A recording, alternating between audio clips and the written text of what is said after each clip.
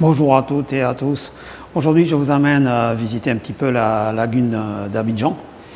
Et puis, on discutera des avantages liés à la rémission et au fait d'avoir eu un cancer, comment ça peut vous changer la façon de voir les choses. Donc là, on va y aller, d'accord? Tout à l'heure. Lagune de Bini. Un bout de la lagune. Malheureusement, vous le voyez, la déforestation commence à avancer ici. Je vais rentrer dans un village, un petit village, là vous avez le cimetière à l'entrée. À la fois musulmans et chrétiens.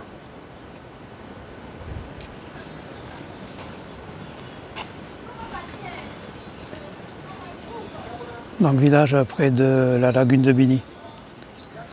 Banlieue Abidjan en fait.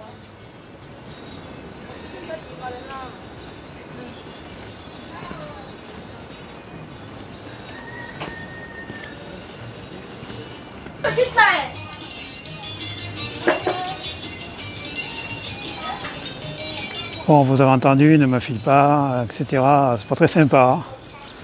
Bon, je continue. Un petit peu d'aventure.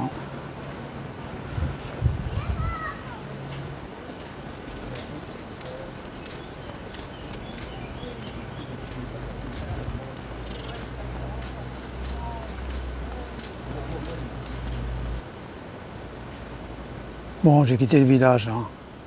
Ça sert à rien d'insister. Voilà. Bon, je vais m'éloigner, c'est juste pour vous faire changer un peu d'air. Bon, voilà un exemple de déforestation encore à la limite de la lagune. C'est malheureux, mais la plupart du pays, la nature n'est pas respectée, quoi.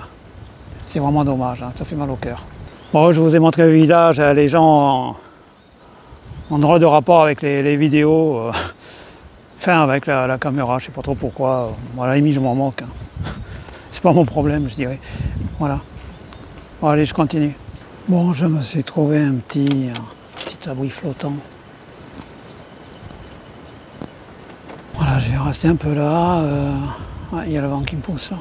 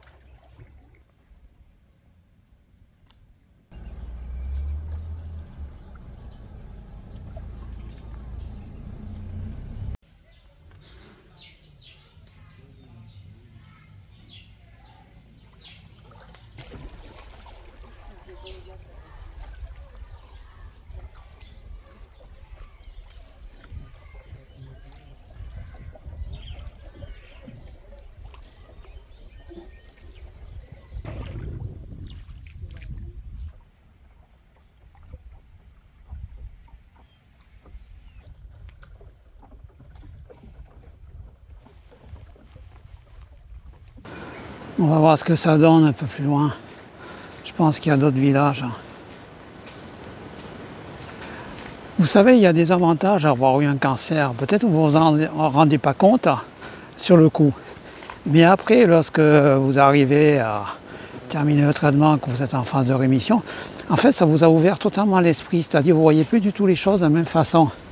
Parce qu'il faut savoir que tous les gens, vous, moi, enfin tous les gens maintenant sur la planète essaient de se comporter de la même façon. Chacun porte un masque en fait. Chacun fait semblant d'être quelqu'un gentil, sympathique ou je ne sais quoi. En fait, on a une énorme pression sociale. Et lorsque vous survivez au cancer, la pression sociale, vous n'en avez rien à faire. Moi maintenant, je ne fais plus aucun effort, c'est-à-dire à la limite, je suis capable de rentrer dans une pièce. Si toutes les personnes me détestent, je m'en moque. mais vraiment du fond du cœur, totalement quoi. Je suis comme je suis, j'ai mes idées, je me suis accepté comme je suis, et puis voilà. Et ça, je dirais, c'est un énorme avantage. Donc il faut vous fixer des buts. Par exemple, guérir, vous soigner. Voilà, évidemment, un truc positif, je veux dire, on est en mode survie. Hein. Mais les autres, vous n'écoutez pas. Hein. Les bonimenteurs, les conseillers de pacotille, là, de l'air. Donc concentrez-vous sur vous, sur ce que vous êtes profondément. Et dites-vous bien que si vous passez en rémission, vous êtes un petit peu béni des dieux, je dirais. Hein. On vous donne une seconde chance. Donc tout ce que vous avez fait dans votre première vie, avant le cancer, qui ne vous a pas plu, ne le faites plus. On est un peu comme des vétérans du Vietnam. Vous voyez, des gens qui ont subi l'enfer, qui ont survécu. Nous, on sait. Les autres, c'est du vent, c'est du blabla, ils ne savent rien du tout. Ils inventent, ils imaginent. Donc aucun intérêt de se baser sur eux.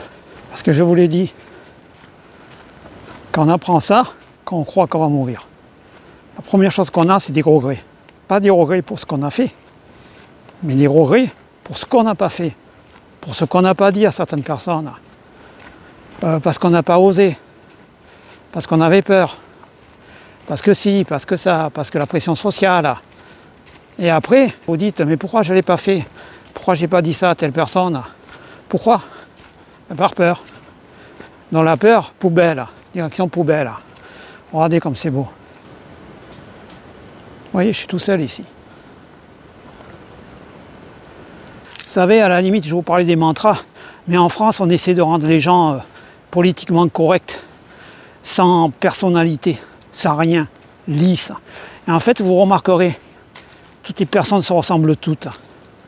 Vous prenez 80% des hommes, on va dire c'est tous les mêmes. Enfin, ils font semblant d'être tous les mêmes. 80% des femmes font semblant d'être toutes les mêmes. Au fond, chacun est différent. Mais chacun a un vernis social, chacun voilà, porte un masque. Non, ne vous comparez pas. Ce sont des masques. Ça ne sert à rien de se comparer. Après, pour finir, je vais vous raconter une histoire brève. C'est l'histoire d'un vieil homme qui a un âne et qui décide d'aller le vendre au marché. Donc il part avec son petit-fils. Et sur la route, bon, en fait, le vieil homme a mis l'enfant sur le dos de l'âne. Et sur la route, il y a un couple qui croise l'âne, avec l'enfant assis dessus, puis qui disent quand même, c'est pas correct, laissez l'enfant, alors que le vieux, là, il souffre à côté, c'est une honte. Donc, ils arrêtent l'âne, ils changent, le vieux monte sur l'âne et l'enfant marche. Un peu plus loin, ils croisent une autre personne. Ouais, c'est une honte, le vieux, il est là, il est assis, puis le jeune, avec ses petites jambes, il se fatigue, quoi, c'est pas normal. Donc, ok, il laisse l'âne marcher seul et il marche à côté de lui. Après, il voit un couple qui dit, mais regardez, ces deux abrutis, ils ont un âne, ils ne montent même pas dessus. Bon, ok, ils arrêtent l'âne et ils montent tous les deux sur l'âne. Un peu plus loin, il y a une vieille femme qui dit, mais c'est une honte, regardez ces deux imbéciles, ils sont en train de torturer l'âne, ils sont tous les deux dessus. Bon, moralité, quoi que vous fassiez, il y aura toujours un abruti pour vous critiquer.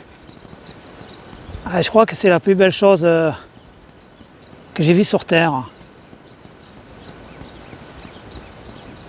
Je ne sais pas quoi dire en fait. C'est tellement beau.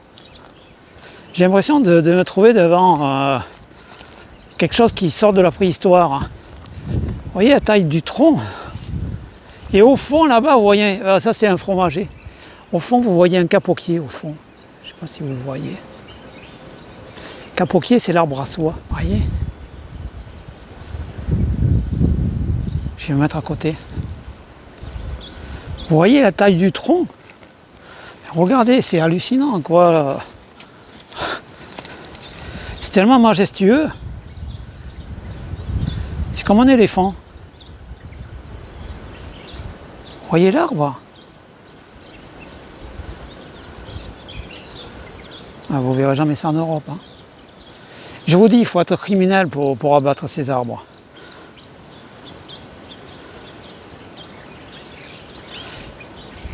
Et je vais vous dire, vraiment, je ne plaisante pas, on sent qu'il est vivant. Il dégage quelque chose, c'est hallucinant. Moi, quand je suis à côté, je sais pas, je me sens bien. Regardez la nature comme elle est belle ici. Je vous fais partager. Hein. Vous voyez, quand vous êtes dans un milieu comme ça, vous êtes obligé de guérir, quoi. C'est le paradis. Bon, c'était le moment de sensibilité, excusez-moi, mais je suis sensible à la beauté de la nature. Hein. J'espère que la balade vous aura plu. Comme d'habitude, croyez en vous, hein, ne laissez pas tomber.